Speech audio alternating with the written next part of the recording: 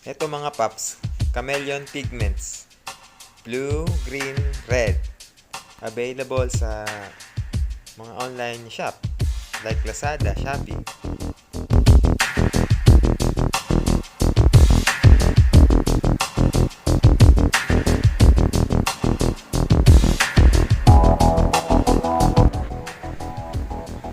So, ihalo lang natin sa top tier yung pigment.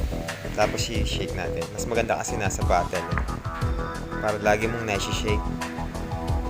Ayan, ganyan. Shake natin ng mabuti bago natin i-apply sa kulay black. Okay, ayan. So, makikita nyo yan. May buo-buo pa sa ilalim. Ayan. Kailangan wala yung buo-buo na yun sa ilalim. Maka-shake nyo yung ganyan mga paps. Ayan. Tapos, pwede nang i-apply nun.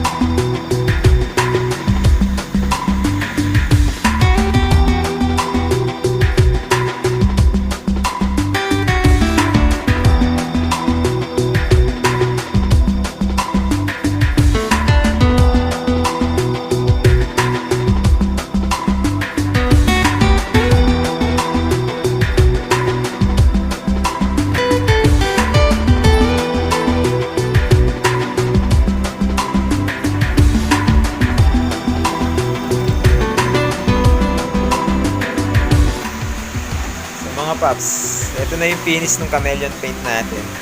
Saka ko na lang papakita yung demo kasi na-erase ko yung ibang video, kaya